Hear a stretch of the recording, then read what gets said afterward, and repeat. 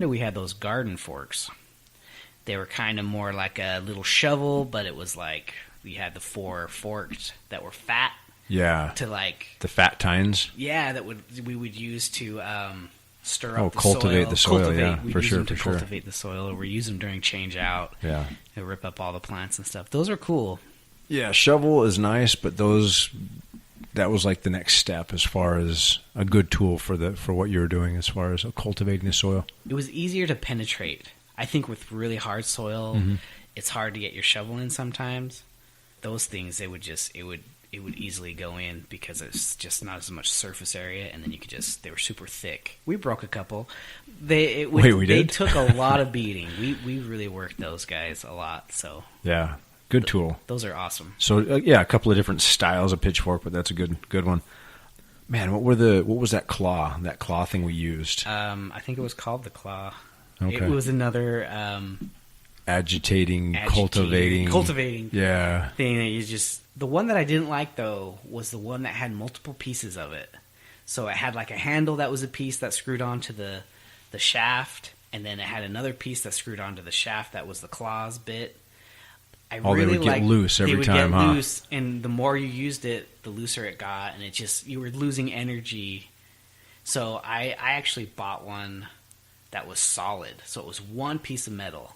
So if you do get the claws, you do get the claw, get the one that is a solid piece. And I've seen them in Home Depot, or you see them in garden shops or nurseries or whatever.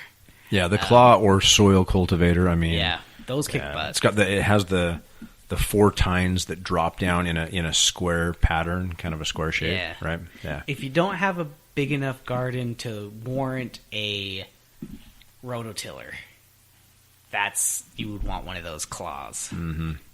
It's a fair amount of work though too, right? It is. It works you. You can't just think that this thing's going to do all the work on it. So like right. I mean, you use it in tandem. So I wouldn't just start trying to use it on really hard soil. I would use a shovel or something to loosen that up into big clumps, and then I would use the claw to break up those dirt clods or whatever. Yeah. And then you could mix in your compost or your peat moss or whatever your amendments that you're going to try to change your soil up a little bit and have your garden, and then use the claw to mix that in and aggregate it through. Perfect. Awesome tool though. Yeah, that's a great tool. So then we jump into and we've talked about some of the mechanized tools of the trade. Yeah, lawnmowers and edgers and weed whippers. What's another? Blowers. Blowers, yeah. Blowers are very super handy. Yeah, I mean, as far as not only cleaning up after you're done mowing and trimming, but leaf cleanup. Pushing leaves, yeah. Pushing leaves, man. I would totally, if you do it a lot, if you have a big yard and you want to do it yourself, get a backpack blower, for crying out loud. Save your shoulder, your elbow, your wrist from holding one of those hand blowers. Those hand jobbies, yeah. Hand jobbies. Hate them hand jobbies. Except on the weekend. And then but yeah, backpack blower, I guess it really just depends on what job you're doing. So if you are just doing a little bit, you're just blowing off your sidewalk or your, driveway or whatever. If it's not a huge, big, freaking hand ones, blower's good. Perfect. Yeah. And there's like Red Max, and there's the Toros, and there's the one that we just said, Black and Decker. Those ones are the cheap ones. If you really want a blower, most of them are 2-stroke. So that's why I was kind of saying the battery one. I think the big blowers, yeah, they're mixed gas too. They have some that are like by the model number, or it says like the blower and it has a number next to it. That's how many cc's it has in it. And I think I've seen it up to like 400 cc's. I don't know if it's that much, but they blow awesome. So for bigger yards, bigger projects. Yeah. Same thing. Like we were saying, if it's not you got to have the right tool for the right job. If you're trying to do something with the wrong tool, it's just going to take you much more time. The chance of getting hurt, chance of breaking the tool, all that stuff. reminds me, as far as the blower goes, is so I have these wisteria vines around my yard and in the fall, and actually throughout the entire summer. They're always dropping the lower leaves. They yellow out and they drop on my patio, and it's almost, I guarantee I'm out there blowing at least every other day. And so, just from the debris and whatever else that's falling out of the wisteria. So it's there was one other tool that came to mind. People have probably seen these in the store, where it's a telescoping type pruner or even chainsaw. A little bit more tricky to work with, and they do cut through branches that maybe are an inch in diameter thick. It's not going to be like the end all of tools. You know what I'm saying? You're still going to have to potentially hire somebody or climb up into your tree and cut a lot of those branches out that are bigger than 1 inch. So they're a good tool though. Like, I've used them in the past. We had them at Marinda. I used them at the U. I had one for a while until I think I broke it. But they're a handy freaking tool. If you don't have a ladder, like that's another tool we should have on the list. Oh yeah, is a ladder. If you're doing your own trees or whatever, or if you even are planning to have fruit trees, there's a lot of good ladders out there. There's a fair amount of pruning that goes along with that every year. So yeah. And then last but not least, the tool that I'm thinking of for the trade is gloves.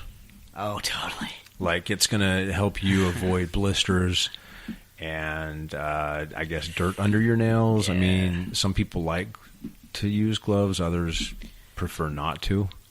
It depends on the job. Mm-hmm. Depends on the soil.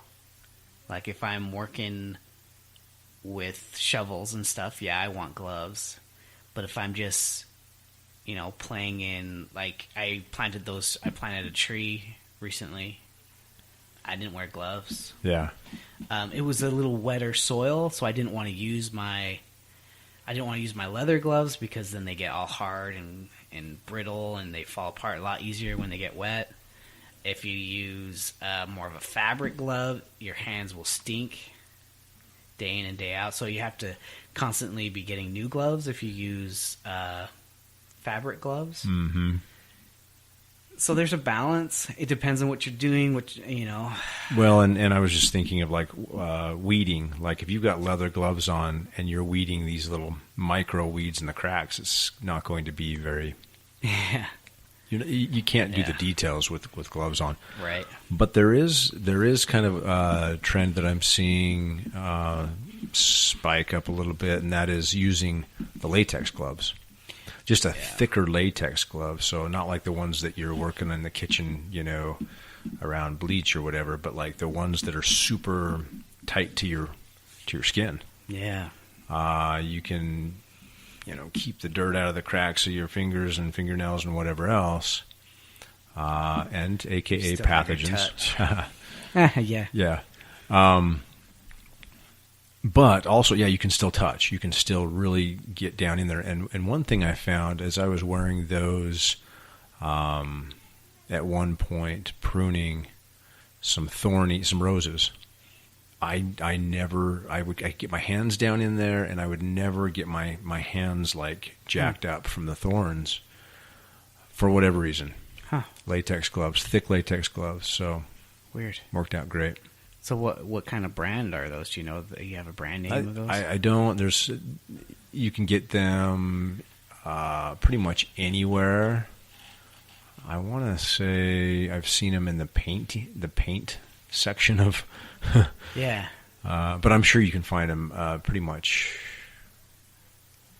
So we anywhere. use when I work with lawn thumbs, we have that, but he uses it as more as like a chemical, like when he mixes with the chemicals, and it's rated for like a higher petroleum content chemical, and they're just thin little gloves and stuff. So yeah, we wear them as well in the greenhouse for just different projects, and whether we're applying chemicals or not, they're they're great because you can do the detail work. You can get very specific in your work and still have like that barrier to protect your hand. So yeah, well, cool. Anyway, yeah. And gloves can get expensive. I like ostrich leather gloves that go up to my elbows. Oh, is that so right? I can play with the roses. What about the badger skinned? Oh, those are good too. Okay. A little furry cuff on the side. Oh, jeez. Anyway, no, that's it. Yeah, we're good. Well, thank you, Brad, for the tools of the trade. Plant on, Babylon. See you next time. Later. What's up, everybody? Thanks for listening. I want to thank Brad. I want to thank the listeners. I want to thank our topic, garden tools. I just want to say, hey, get out there to horticult.com for all your horticult needs. We have live stream Wednesdays, so check us out on Facebook on the business page. We do live stream Wednesdays. The Hort blog at thehorticult.com, and you can get on there and you can find our shop and stuff. So this episode was a lot about tools and things that me and Brad use and what we like.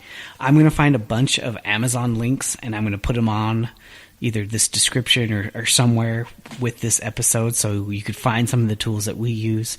I looked up that little soil knife we talked about. It's a Hori. So I'm going to find some links and put them on this episode so you can find those tools that we use. And if you want to go get your stuff, then you have access to them. It would mean a lot to us here at Horticult if you would review our podcast on iTunes, review it, a like and a share. It would mean a ton for the podcast. All right. Well, thank you so much. We will see you next time. And remember to plant on, Babylon.